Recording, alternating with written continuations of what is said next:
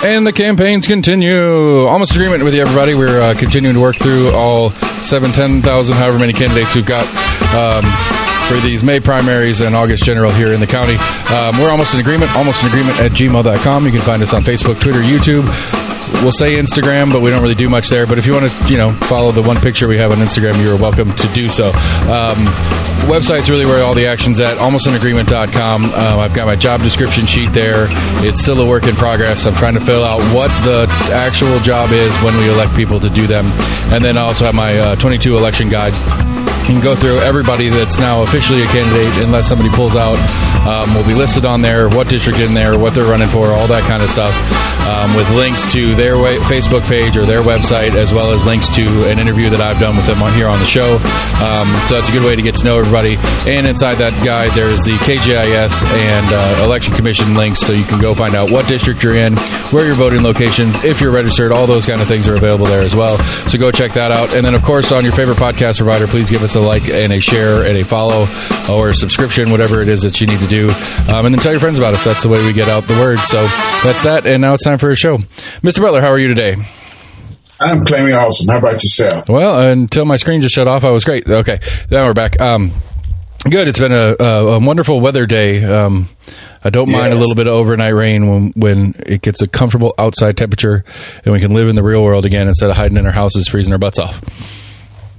Amen. Okay, so it is District 1 school board race, right? Yes, sir. All right, and so let's do, I always like to start off, especially with new people I haven't met yet. Let's do, a 5-minute where you come from, what you're doing, how you got to where you are. All right. I just hit the highlights. I'm 62 years old, born and reared in Greensboro, North Carolina, and grew up in went to public schools, but the public schools that I started in were segregated up until about the 6th grade, about 12 years old. And 6th grade at that time was still elementary school. And so began to see the differences in how we saw school, how we saw our school, how others saw our school, how others saw us. And so graduated, went on to college. After about a couple of years, joined the military, went into the Army and trained as a medic, come back field medic. And after about a year, went into officers candidate school at Fort Bragg, North Carolina Military Academy. And after a year, came out as a second lieutenant. Served in the military for 11 years. And during those 11 years, I finished my undergrad at North Carolina A&T State University in Greensboro, and with a degree in sociology, and began to work as a social worker case manager for senior adults. Then I went on to work with Area Agency on Aging, Council of Governments in North Carolina, covering 6 counties, and working with seniors and their families, making sure they got the care they needed, and being an advocate for them so they could get this quality services they needed. And then went on to, as I say, working with Council of Governments as a regional long-term care ombudsman, was an advocate, trained, certified state mediator, conflict resolution mediator, and then also grant writer, elder rights coordinator, in terms of making sure that seniors were not being taken advantage of and they were being protected. All the time, raising kids, and have 3 kids, and all from public school system. And 2 of them graduated in North Carolina. While I was in North Carolina, I also was called to pastor. So I began pastoring a church, first in Greensboro and then in Asheboro, North Carolina. And while living in Asheboro for 9 years, I did serve on the Asheboro School Board for about 3 years. Small system. And also worked in a number of community capacities, helping to start a Boys and Girls Club and doing grassroots education, communication efforts. And then was transferred here to pastor Clinton Chapel and Design Church. And after a year, I also became presiding elder of the Knoxville District, which I oversee 8 other churches, pastors. And so began to work in the community and in different capacities. The mayor appointed me to the Park Police Advisory Review Committee. I worked with a number of other community organizations, so many to name. But then I became the president of the Knoxville branch NAACP and working on behalf of advocacy for anyone who is being discriminated against because of their race.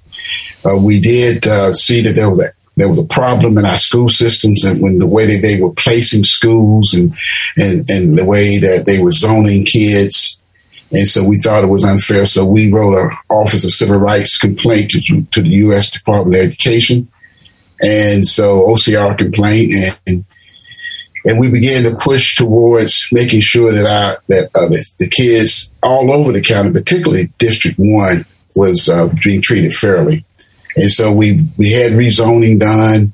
We did some other things, looking at curriculum, looking at teachers and administrators, making sure that we had the best we had and that they were being taken care of.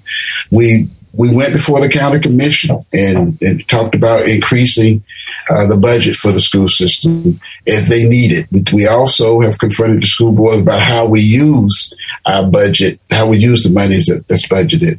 And so, and when, as I said, when I heard someone say, but I've said it as well, when I heard that Ebony Satterfield was not going to offer herself again. That's a bummer. I liked her a lot.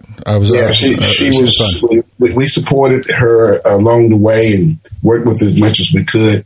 I was the president of the NAACP up until December 31st, 2020. So worked with her in different situations and work with school system personnel and families and such.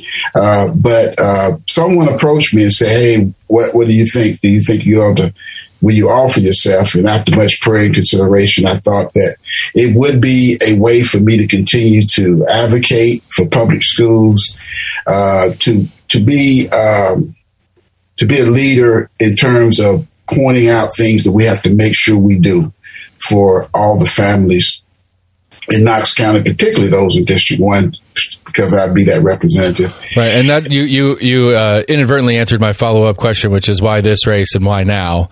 Right. And so, Ebony stepping down, it was called on you by your community to that this is something that was thought that you could excel at and help out.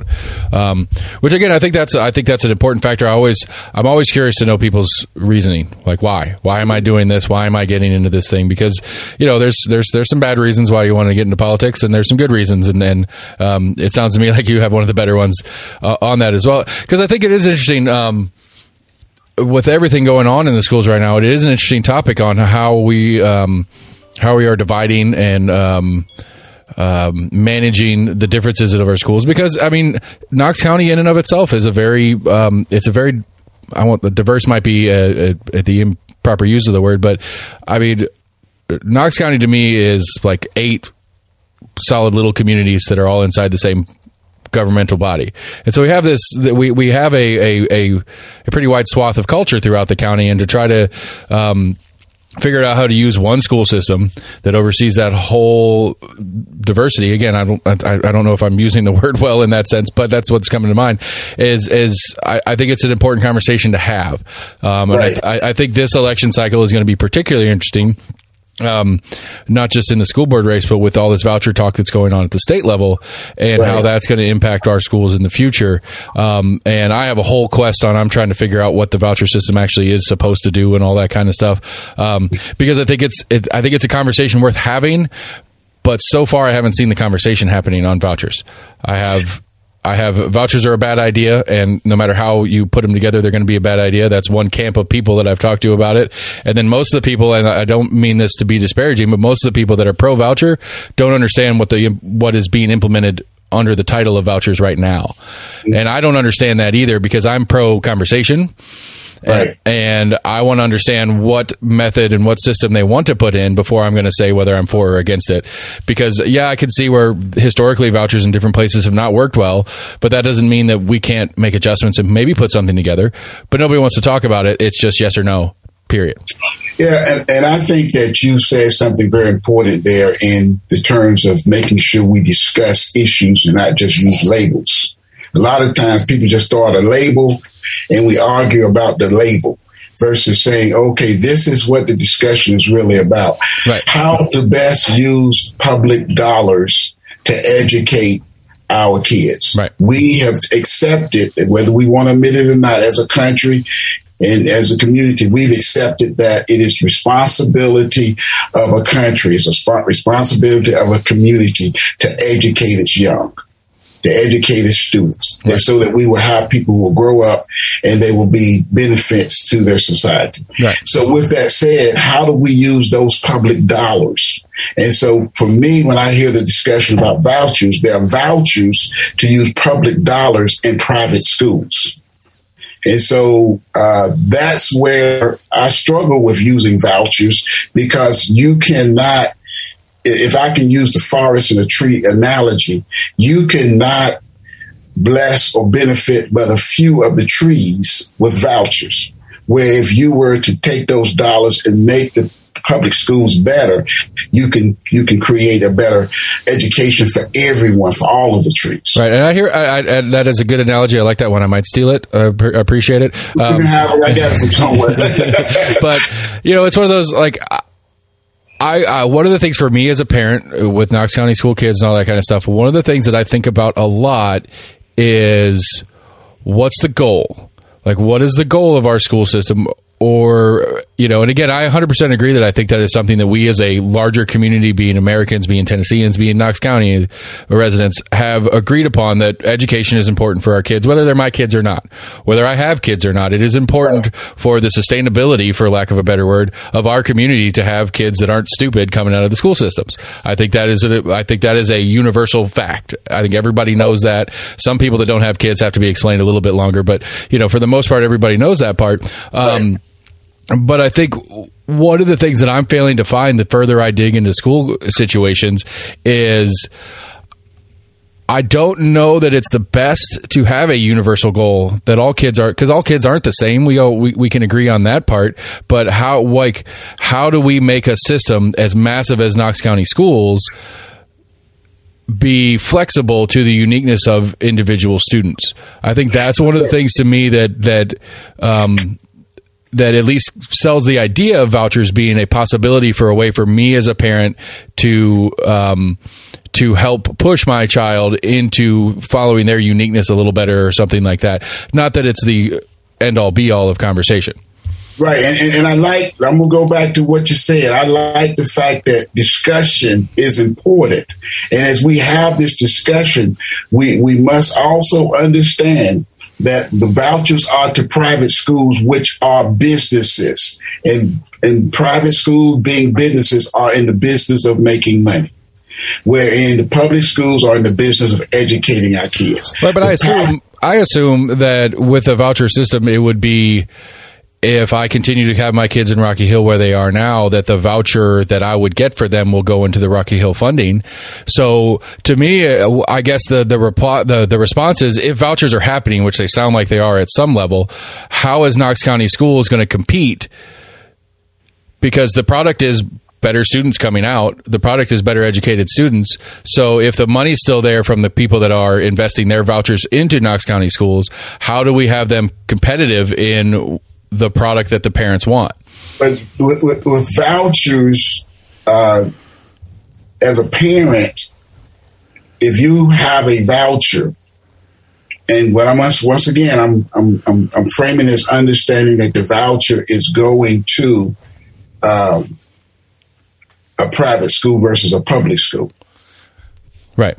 That's the understanding. So you're not guaranteed you're going to get a voucher. They don't have, there's not enough money for everybody to get vouchers. If that was the case, give everybody vouchers and we'll choose what school we're going to. There's not enough money for the way that it's being divided up. So who chooses who gets the vouchers? Number one. Number two is a great deal of time. Once you get the voucher and you go to a school, if your kid for whatever reason, they don't measure up. They have rules that they can send your kids back to public school, but they keep that money for a period of time until that period of time that the voucher covers is up. Right. So there's a lot of problems when you start mixing private industry with public dollars. Right.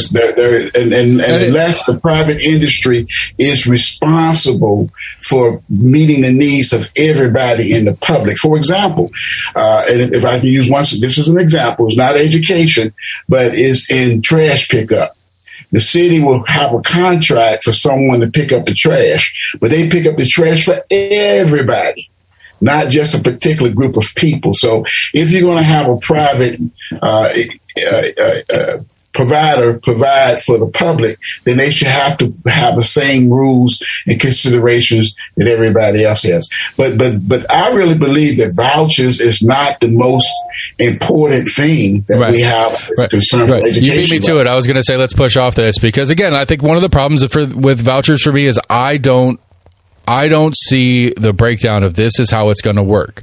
And nobody's and it's hard to talk about them when we don't know what we're actually looking at. Right. And so, I think you made your point clear on how you feel about vouchers, and that's great. And I think that's important for this campaign for you. But let's push off that into some of your more important objectives in what you want to do once you get the seat. Well, right now there's a lot of hot items because they're happening right now. And one of the major things in every area is COVID-19 pandemic. It's affecting everybody and everything. So it's not just a Knox County school system or any school system that is affecting, because it's affecting the parents, the students, and I should say families, the students, and the teachers, administration, teachers, and staff. It's everybody is being affected in a negative way. But with that, you really have real things. One of those real things is the health and concerns of the people who come to school, whether they be teachers, administrators, teachers, support staff, whether it be students and any other volunteers or parents. There's a concern there. And then there's controversy.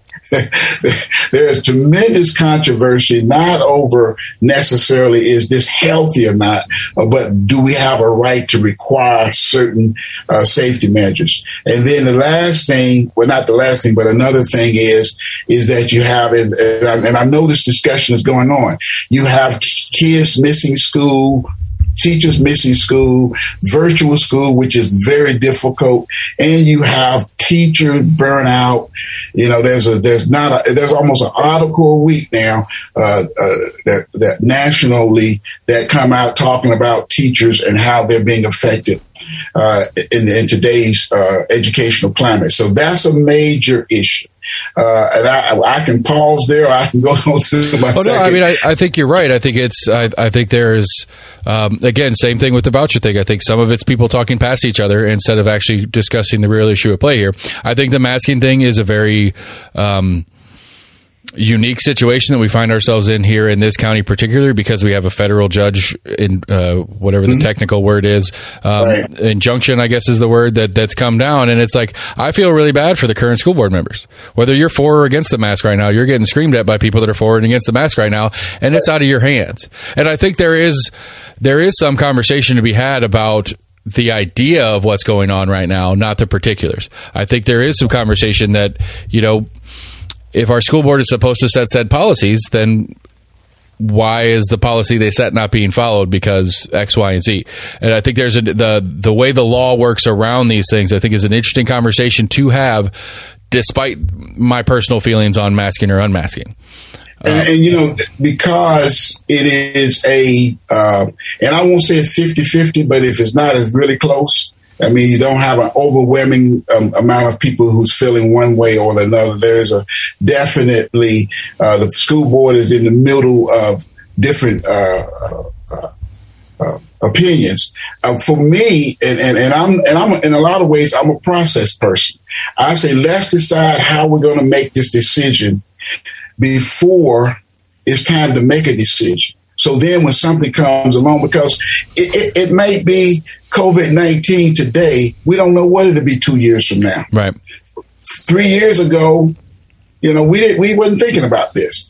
And so we don't know what's coming, but we need to have an understanding of this is how we make decisions. This is how we're going to come to terms of what to do. And then once we come to terms of what to do and put it in the hands of a superintendent and a Knox County district staff and down to the local schools, then it's their jobs to implement it. They do that every day. Right. That's what they do. And I'll tell you what, it really frustrated me, regardless of what role I was, when I was a soldier, when I was an officer, when I was working in government, regardless of working as a case manager, when you give me a job to do, and you give me the parameters to do it, and you give me the resource to do it, they're going to get out my way and let me do my job. Right. And I think that's the piece that we have to come back to is we want to know what is the, I think what you said earlier, and I may be paraphrasing it the way you said it, but what's the outcome? What's the goal? What are we looking for? And then let's make a plan of how we're going to get there. And let's work together discussing it, because we all come from different perspectives. The key for me is that as a school board member, now, I do represent District 1, but there's a number of kids who live in District 1 that do not go to school in District 1. They go to school, once they leave elementary school, they go to school in another district because there's not a middle school that they've been zoned to in their district. And so that means that I should care about the whole county. But even if that wasn't the case, I should be concerned about how does this decision that we're making is going to affect all the students, and then look at the best way to get the best benefit for all the students.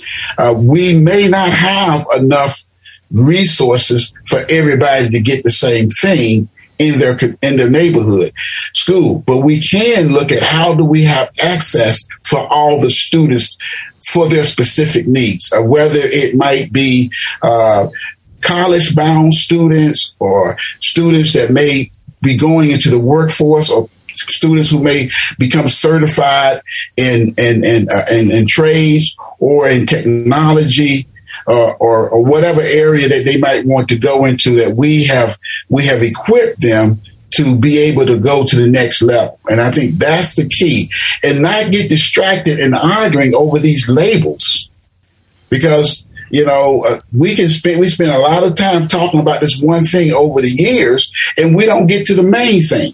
Right. I think we got to stop majoring on the minors and major on the majors. Right. All right. So what are one of these main things for you that we think that are getting kind of brushed aside for the other topics? I think something you talked about earlier, and that's equity. And a lot of times when you mention equity, people think you're talking about race. Race is one of those issues, but it's not just about race. It's about where your zip code, where you live. It is about ethnicity, but it's also about the ability of you to pay for things. So it's about socioeconomic. It's about the family. It's about whether or not you have a two-parent household. It's a number of factors there that if we're not careful, we can set up a system that is going to be unfair to someone in terms of access, right? And in terms of being able not just to start something, but to finish something. And so when we start looking at how this works, we need to hear and listen and be willing, not because of discussion for and you can tell with me, I like to talk, but a discussion is also listening. It's not just talking. And so we got to be able to listen and really listen with what is not just your desire, which is important, but what is your need?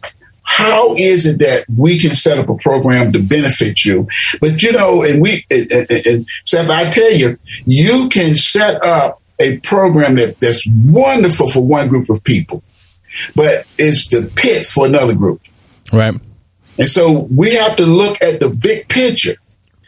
We have to look at the big picture. And so I call it the dragon tail mentality. What the dragon sees, that's great, but when they turn around, the tail whip and cause problems for other people. So that's what we have to make sure that we look at it for the whole thing, and that's part of the equity, and it's evidenced by what we see in Knox County schools from data and from stories from parents that there are some concerns about equity.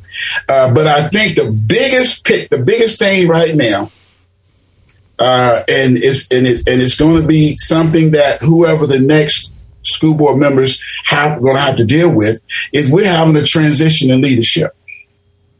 We're having a transition in leadership in the midst of one of the most impactful health concerns this country has ever had, and that is a new school superintendent. Right, which we'll find out here in a couple hours, I guess.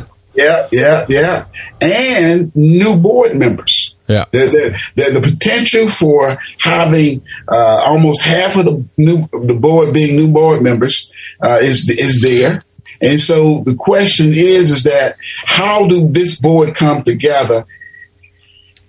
Because the current board in the last several weeks have seemed to be very, I don't want to use the word diverse, because divisive. That's what they've been somewhat divisive.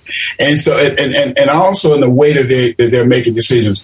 I'm going to come back to something you said earlier, and I want you to say it again because I want to steal that from you. You said something about discussion. You love discussion. Well, I mean, I just think it's one of I think more often than not, we are arguing past each other, not with each other. I think more often than not, we are not. I don't know. One of the guys that does I do this show where I do all the interviews and stuff that I do, and then we have a show where me and a group of buddies get together and talk about some of the shows we've already done, talk about what's happened this week or whatever. And one of the guys, the guy AC, he always his thing, and he was a philosophy major, which explains a lot of it. But one of his things that he always says when we get going on something is he'll stop and be like, "We need to define these terms. We need to define this word. We need to define what you mean by these terms," because, we went off on the vouchers there early. It's like we haven't defined it yet, but we're making a decision on whether this thing is going to exist or not. And when I get to talking to people about it, I catch myself talking past on what my assumption is what's going to happen, and they're talking back at me about what their assumption that vouchers are, and nowhere in the middle of that is the actual thing that's happening, because we're too busy on kind of the fringes of what we think it's going to be instead of what it actually is. Right. And so, and it's really annoying when you're in the middle of an argument and somebody says, "Hold on, let's define this word or define this phrase or define this thing." But I think it's an important thing that we all should practice. It's like, I don't know, when you say equity, that's one of those words that, especially now in the media crisis and all the crap that's going on, word gets people a little hot on sometimes because of some assumptions on what that actually means versus what they think it means versus what it actually means. And so as the active discussion goes and the listening part, people hear the word equity and stop listening because they know what that means. And it's like, well, maybe you don't. Let me show something. You have a group of kids and you say you want to increase their technology level. So you make sure they all have the Chromebook, a laptop, computer, whatever, correct? And you give it to them and you send it home. And then they come back to school and they haven't done any work. And you're saying to yourself, what is going on? Why isn't it that you're doing anything? And then you find out it's because they don't have the resources of having networks in their home. So you're giving them a Chromebook. That's like giving somebody an electric can open. They don't have electricity. Right. And so I think also, as I heard, with the virtual school, I was a virtual school facilitator for my grandson for a whole year. That's good. That's a good word. That's a job title. You should have got a paycheck for that. I felt like I should, but because, whether I'm in my office at home or my office at the church, he can have a space that he can work, but I can't watch him 24/7. I have my own work to do. Right. So I have to, find some means of coming in and checking, building around my schedule. But I thought, how many parents have grandparents that can do that or have someone that can perform that? And so that is an equity issue. And so those are the kind of things I think that now the equity is a little bit more complex because there is a systematic reason why that exists. It may not just be a personal one, but when you start talking about equity, my thing is at least be willing to have a discussion of is there anywhere in our system that we see that we're blocking people by the way we do business, right, from being able to have. No, I agree with you. I think that's a very valid. I think that's a very good example of a potential spot where a failure in equity could happen. Is we gave everybody the Chromebook, they have the tool to do the job. Well, they have half the tool to do the job. And I know that's another thing that's going on in the state level as well as county and stuff to increase broadband access and stuff like that. And I think that's I have different feelings on different parts and pieces of that conversation as well. But I think it's one of those, we often get into conversations with school board and stuff like that about, how much weight we put on our teachers other than teaching. How many teachers are really good technological people and are really good at working a computer? Yes. And see that, I'm sorry. No, go ahead. Please go. And that's where I think that when we talk about teachers, we also talk about support staff, because teachers are being asked to do a lot of things and not to minimize support staff, because somebody who's IT and not just systems and software, but hardware as well, that's an important job. Since we've had the pandemic, and we've been concerned in our church about having service, and having a lot of people at service. We've gone virtual at times, and so we figured out that our IT resources were weak and our IT skills were weak, and so we had to reach out and have someone to help us do those kind of things. And so, what happens in a school day? Let me mention this. When we first came to Knoxville, we came to Knoxville in June of 2007. So we've been here going on 15 years. My first, I guess the second year was 2008. I was a substitute teacher at Austin East and Vine. And I quickly became very, very appreciative of all my teachers that I had ever had. Right. Because at these schools, I looked out and I saw me in a couple of those classes. I'm like, oh, thank you, Lord, for having wonderful teachers that didn't quit on us. But having an understanding of what a school day looks like for a teacher. So my hat's off to all teachers, but support staff is important. You mentioned IT and technology. You also need counselors and social workers and psychologists, but you also need TAs, teaching assistants, and some of them are not making living wage. You need a host of persons that helps make a school work, and a great deal of them are volunteers. Right. I've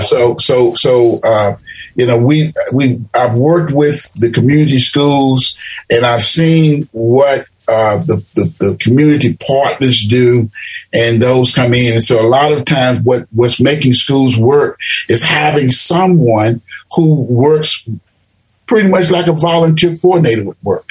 They go out and they form relationships with the community, and they bring people in that can provide in-kind services and those kind of things. So all of these pieces need to be there, and so that the teacher doesn't have to do all of that themselves. Any place where a teacher is doing all of these things is taking away from the time and effort that they have to teach. Right. And I always think that's one of those things I always think about a lot, is how much we put on our teachers on top of teaching.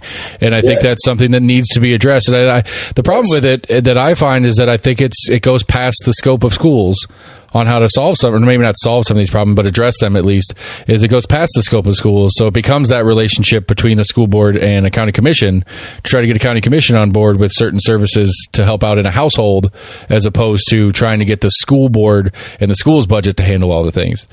Well, that's where community schools come in, because you have or Project Grad.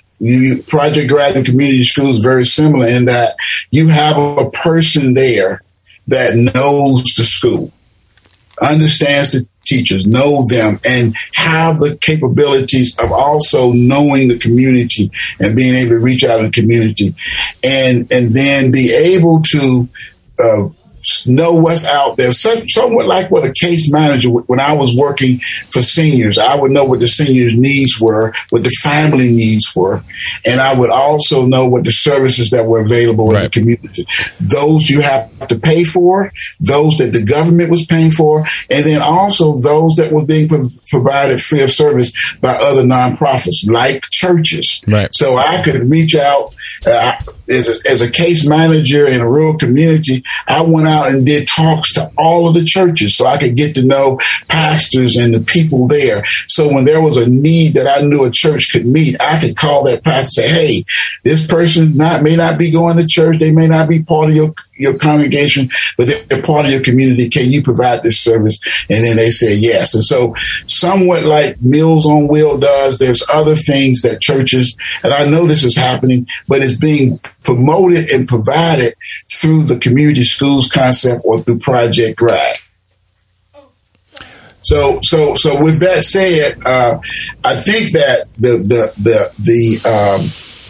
there's a group called Knox Education Foundation. They used to be Great Schools Partnerships, and they also now combine with Project Grad, and they do also research and development type of things. But that program, looking at that and saying, okay, what else do we need to add to our school system that the school system can't necessarily provide for itself? And that's where the county and the city and other entities can come in, private dollars can come in. But that's something that we got to be intentional about for all of our schools, because as you say, the school can't do it. The teacher can't do it by themselves. The school can't do it by itself. It takes the whole village, right, to raise all of our children. Right. And like something I've been curious about, and I'm sure somebody way smarter than me has started to put it together at some point, but I'd be curious to know how many nonprofits we have in county, how many different organizations we have that are just kind of sitting around doing their thing. And it's like, is there any sort of effort that we as a community can do or are doing to kind of coordinate all the different things that we have available? We have some great nonprofits doing some great stuff. Yeah. And so the more I'm learning about the more different ones, the more I'm like, why aren't we talking to each other? Why aren't we getting this group with this group? And you're all working on the same task. Well, let's see if we can get you together and make it a better end result. All right. So one of the things I think that I think we've not said out loud, but have been talking about a lot is money. I mean, we're talking about budgeting. We've been talking about a number of things that are cost adds to the school system at large. So what's the plan? How do we go about better funding our schools? Let me say this. Money makes everything better. But money does not make everything work. Right. So the most important thing that you can pay for in any organization, in my opinion, is people. If you have the right people, they can take a little and make a lot. Right. If you have the wrong people, they can take a lot and do very little. So number one is we have to invest in our people, and that's teachers and support staff, along with administrators. But we have to invest in our people, get the very best people we can get, and take care of them so that they will be loyal to us. If you take care of the people take care of you. So that's number one in budget for me is take care of your people. Number two is probably going to be resources, making sure that they have what they need to get the job done. Now, when you start talking about money, some people, let's just go ahead and throw it out there. They want to say, well, I don't want to raise taxes. Well, okay. Well, I have if you look at my bio, I have been a budget chair, a budget person for so many organizations. I've worked with United Way. I've worked with nonprofits. I've worked with government and military and all kinds of things. But one thing what I know about a budget is really only a couple of things you can do. You can bring more money in or spend less money. Right. And the other thing you can do, though, is just do a better job of deciding what you're going to spend money on. Yeah. So and that starts with policy. Policy should drive budget. Budget should not drive policy. So the school board has two major jobs. One is to set policy, and the second is to set budget. And budget is not just how much money you have. Budget is what are the line items that you're going to spend money on. And what is the outcome? You got to be outcome oriented. What is the outcome we expect? Right. Can I use another analogy? Sure, man. I used to, back in the day, I told you I'm 62. Back in the day, I'd believe 45. If you wanted to start saying 45, I'd believe it. You just sing head up. Wait until you see me walk upstairs. But anyway, I remember back in the day, we would get under the tree and wash our car and vacuum it out and get the wax and put the wax on there. And we would take, I won't say all, because part of it was a social gathering as much as it was getting the car clean. But my point, though, is that when I look back and see how much time we spent, and even the money we spent on keeping the car up, what you can just now do is go and run it through and boom, it's done, even if you get it hand washed by someone else. What's your point? My point is that the outcome is we want to get the car clean. So is the car being cleaned? And how much are we taking to clean the car, and can we get it done better? We have to look realistically at our budget and say, are we getting the bang for the buck? Right. And if we're not getting the bang for the buck, let's figure out another way. Let's figure out how to make it better.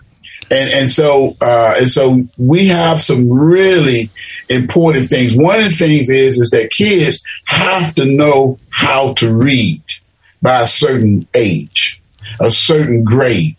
We have to get reading at not just grade level, but age level. We got to have kids being able to read.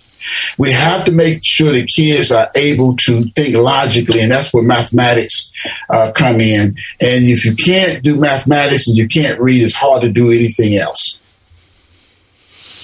So we got to make sure we get back to the basics. A lot of the things that a lot of the arguments are about right now, to me, are the minors. Let's get back to the majors.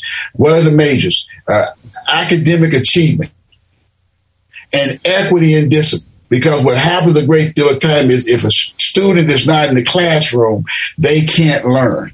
And sometimes the behavior there's a reason, not to say the behavior is justified, but look back and see what is the cause of the behavior, because discipline, punishment sometimes will not correct if the cause is not something that punishment can correct. Right. The second thing I think is, and I talk about this a lot when we talk about trades, when we talk about college, when we talk about hands-on, we talk about job ready. The bottom line is we need to prepare our students for the 21st century. And so that means that they have to be able to do 21st century things when they get a certain age. That goes back to teaching the basics. I'm going to talk about excellent teachers and support staff. Administrators, I'm not leaving administrators out. We got to make sure that we train our administrators, because the principal of a school is the captain of the ship. So goes the principal, so goes the school in a great many times. But without having excellent staff and excellent teachers, it's hard to have an excellent school. And then this is one of the things I'm pushing hard, and that is state-of-the-art facilities in every community, and making sure that our kids don't have to stay on the bus for so long and in order to get to where they need to go. So those are the kind of things that really, for me, excites me in terms of being able to be a representative or be a school board member for Knox County Schools. and to be able to continue to have the discussion. One thing I will say is that I will be willing to sit and listen and also to share. And that is not just at the school board, but that's in the community. So, I'm going to be doing a lot of talking like this over the next few months, hopefully. But I want to assure people I won't stop doing talks like this, right? Whether it be in person at town hall meetings or whether it be a town hall meeting on Zoom or whatever it might be. I'm willing to listen to parents, to hear what you're saying, and to explain to parents, this is what we're doing. This is how I see it. And I've learned a lot along the way. Right. I've been doing it for a while, but I still got a lot to learn. Right. Because I think, to me, going back to budgets for a second, I think one of the things to me that I struggle with trying to understand what's going on around me is budgets are impossible to read.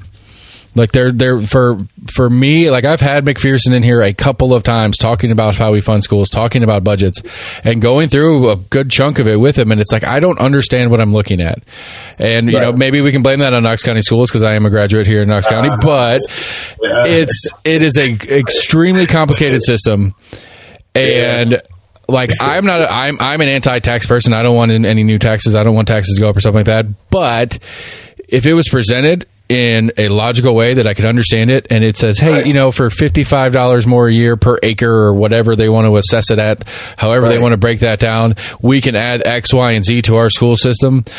Okay, let's talk. Let's if I could see the money coming out of my pocket and going into the things that are important to a community, maybe not specifically for me, but hey, you're going to take $55 a year from me, but that's going to get, for commission's sake, that's going to get this road fixed, and that's going to get a new school built over here, and that's going to get us to be able to pay our teachers X number of dollars more a year, and we can actually follow that. Right. I think a lot of people aren't going to be as against it as to just say, well, no new taxes, blah, blah, blah. And that's the end of that. I agree with you. The first thing that we got to do is prove that we're doing a good job with the money we're spending. And that's helping the layperson understand this is what the budget is about. So I agree with you. I don't think it's the Knox County education. I think that budgets themselves are hard when you're talking about as big as I'm going to use the word beast as Knox County School's budget is. I mean, most people can't rationalize $500 million. That's just not in most people's mental capacity. And then also understanding how much this stuff costs. Right. When I first saw someone put together an event, I couldn't believe they spent that much money until I began to shadow them and walk through and see some of this stuff really costs money. Yeah. I mean, it costs money. So I think the key, though, is as you said, understanding what we're spending money on and are we getting and can we show we're getting the bang for our buck? And doing that in such a way that you can understand it.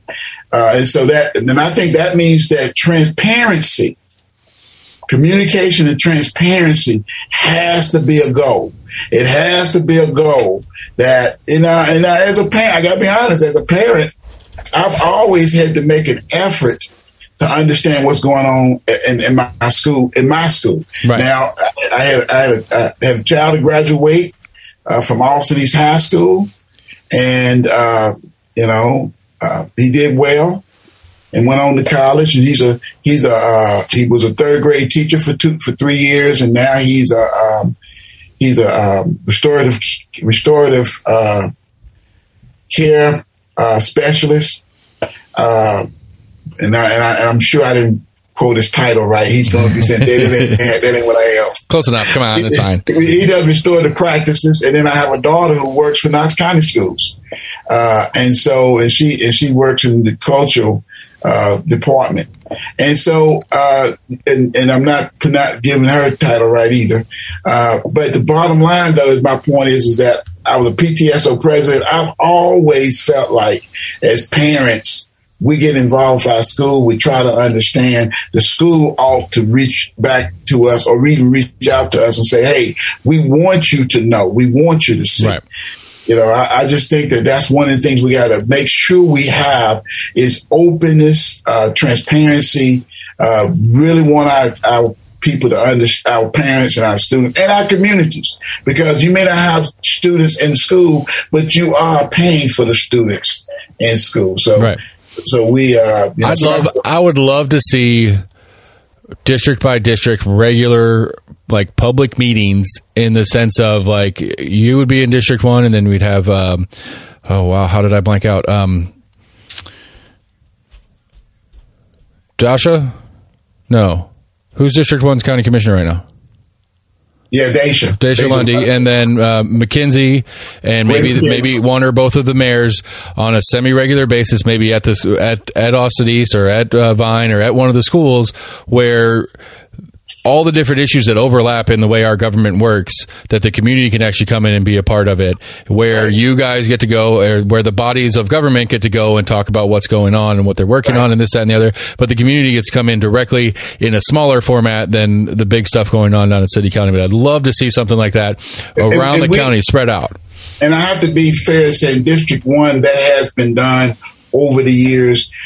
We have not done it as much as we could or should, but that's something that, the Minister Alliance and the NACP and other grassroots organizations have done along with these leaders over time. But certainly we can't do enough of it. Right. But yeah, you're exactly right. And also then having parents and community come out and have an understanding. And then when it comes time to really push for something, you know what you're pushing for. Right. And it's not just a tagline. It's not just a label. Right. It's not just a mark on your record. It's an actual, these are the people that I'm doing this for. I've met them. I've talked to them, all that kind of thing. All right. So the final segment I have is going to be my 5 questions. I've asked every single person that's come on the show for candidate racing right now. I have 5 questions. They're all super, super, super serious.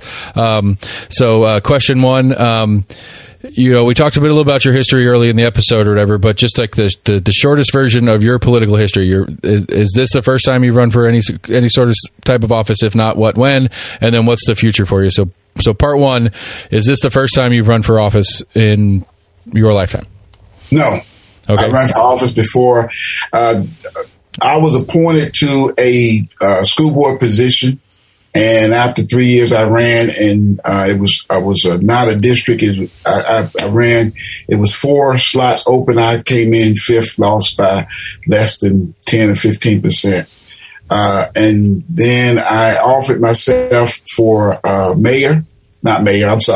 city council. Right. In 2016-17, we had 13 people in the primary, and that was when Gwen McKenzie won that seat. And I'm offering myself again. All right. And so that's part A. So part B of the question is this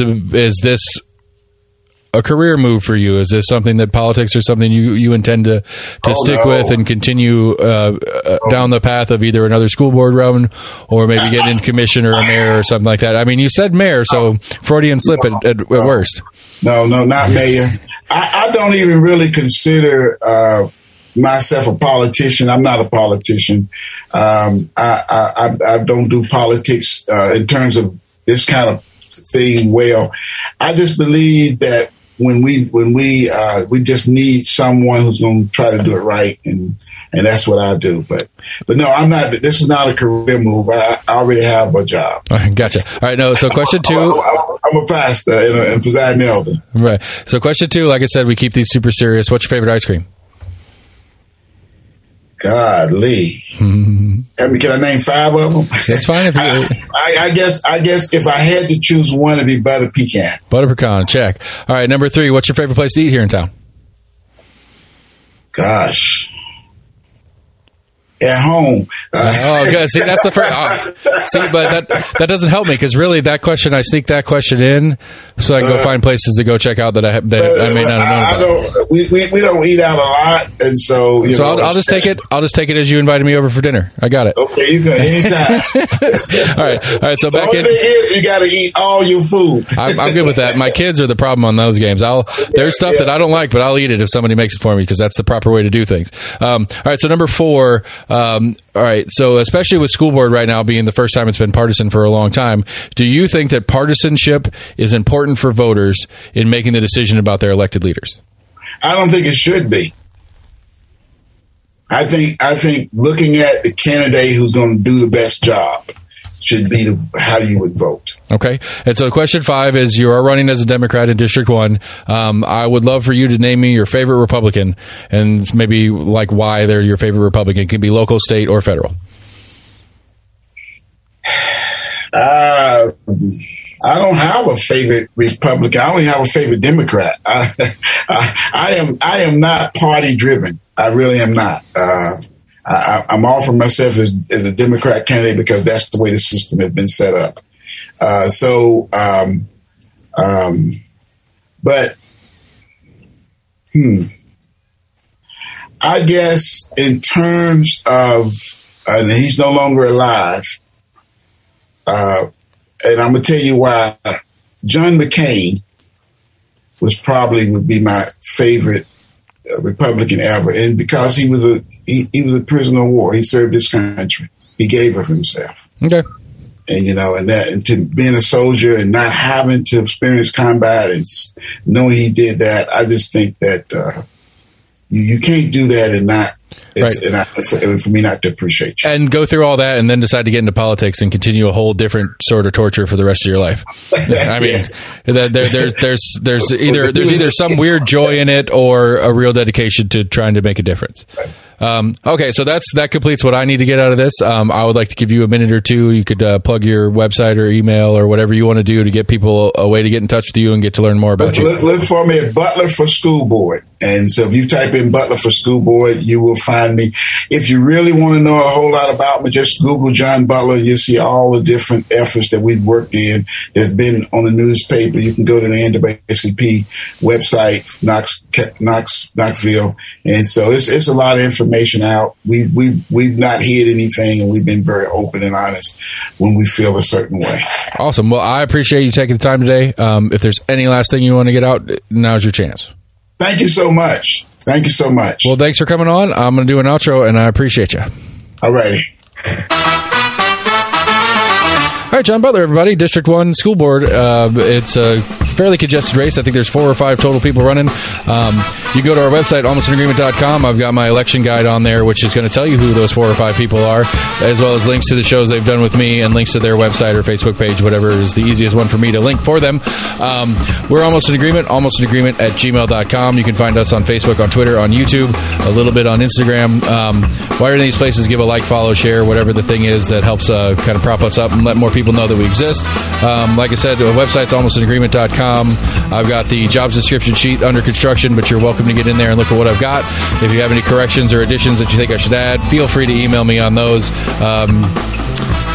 Voter Guide's already on there. I already talked about that. And then please go to your favorite podcast provider and subscribe there. Give a nice review, 5 stars. Tell your friends about it, that kind of thing. The better the reviews are, it's not about it's about making it easier for people to access us. We're easier to find with the more reviews we get. So give us good reviews so that more people can see it, whether you like us or not. So we're Almost Agreement. I got a couple more shows scheduled through this week, and then we're going to go into another busy, crazy week, and then we're going to take spring break off.